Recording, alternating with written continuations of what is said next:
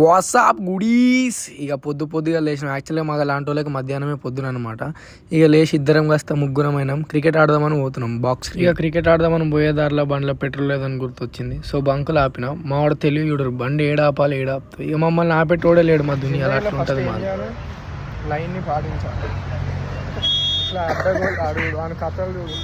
బండ్లు అయితే ఇక పెట్రోల్ కొట్టించి ఇక క్రికెట్ ఆడదామని పోయే దారిలో మళ్ళీ మేము ముగ్గురం కాస్త నలుగురమైనాం అనమాట. బండిని సర్వం తెంగుర్రి మా అయ్య చూడాలంటే వాళ్ళు సందీప్ చెప్పు. వాళ్ళు ఎప్పుడు ఇంకా ఒక దల్లో కూడా ఒక ప్రాజెక్ట్ వచ్చింది మన లైలాగాడు. ఇక క్రికెట్ కని రావాలా. ఇక అందరు రాకపోతే ఇట్లే పాన్ డబ్బా కన్నా చాయ్ డబ్బా కన్నా కూర్చోవాలి. కాఫీలు హార్లిక్స్లు బూస్ట్లు అని ఆడున్న మెను మొత్తం సర్వం దాగి పెట్టాలి. బిల్లు ఎవడు కడతాడంటే అది మాకు కూడా తెలియదు ఎవడు కడతాడు. లాస్ట్ ఎవరి కాడ పైసలు ఉంటే వాడే కడతాడు. అండ్ ఈ మూమెంట్లో ఇంకొక పూజా ఇక్కడ ఎంట్రీ ఇచ్చిందనమాట. మీరు పూజా ఇక్కడ ఒకవేళ మిస్ అయితే ఆ ఐస్ చూసి కొట్టేసుకోండి. నలుగురు కాస్త ఇద్దరమైన వాళ్ళు మళ్ళీ వెళ్ళిపోతారు. దోస్తులు ఇదే ఉంటుంది. దోకా కొడుకులు ఒక్కసారి కలిసి ఉంటుంది.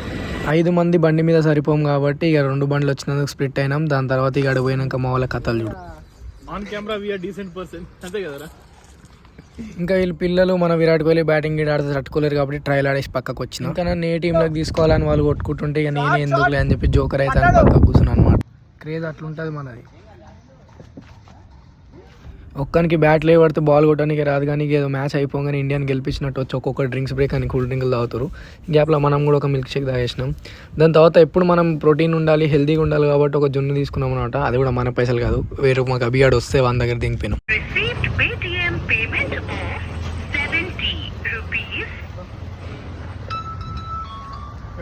షాప్కి వచ్చినప్పుడు ఇట్లా దింపుకోవాలి.